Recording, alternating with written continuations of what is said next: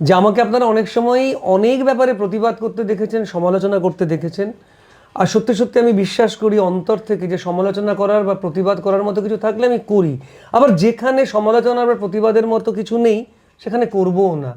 আপনি যে প্রশ্নটা করলেন, সত্যি সত্যি এটাকে বোধহয় ওয়াটার বুস্টার সিস্টেম বলে, এই বুস্টার সিস্টেম বা বুস্টিং সিস্টেম এটা হবার পর কিন্তু নিঃসন্দেহে এলাকার জল পাবার ব্যাপারটা অনেক ভালো হয়েছে আগের চাইতে।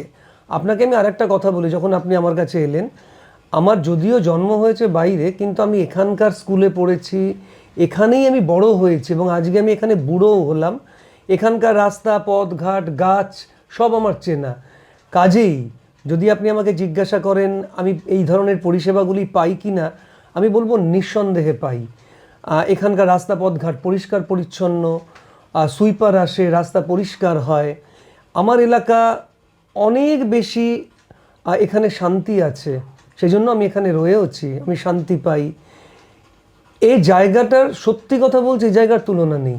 আপনি শুধু জলের কথা বলছেন, আমি বলছি আরও অনেক পরিষেবাই আমি পাই। আমার কাউকে খুশি করার দরকার নেই, কিন্তু নিঃসন্দেহে এর কৃতিত্ব তো এলাকার বিধায়ককে যাবেই, এ কথাটা আমাকে বলতেই হবে। কাজেই আমার এখানে কোনো অভিযোগ নেই, এখন অবধি আমি এটুকুই বলতে পারি।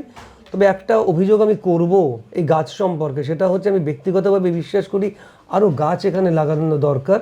যদি একটু গাছ লাগানো যায় তাহলে আমার মনে হয় আমরা ছোটোবেলা থেকে যে গাছের সামিয়ানা দেখে বড় হয়েছি, রাস্তার দুদিক থেকে গাছ ঝুঁকে পড়েছে, সেগুলো আমরা আবার পাবো। জল ঠিক আছে, রাস্তা ঠিক আছে, পরিষেবা ঠিক আছে, ড্রেনেজ সিস্টেম ঠিক আছে, শান্তি শৃঙ্খলার ব্যাপারটা ঠিক আছে। একটু গাছ লাগাবার বন্দোবস্ত যদি করে দেন তাহলে খুব খুশি হই।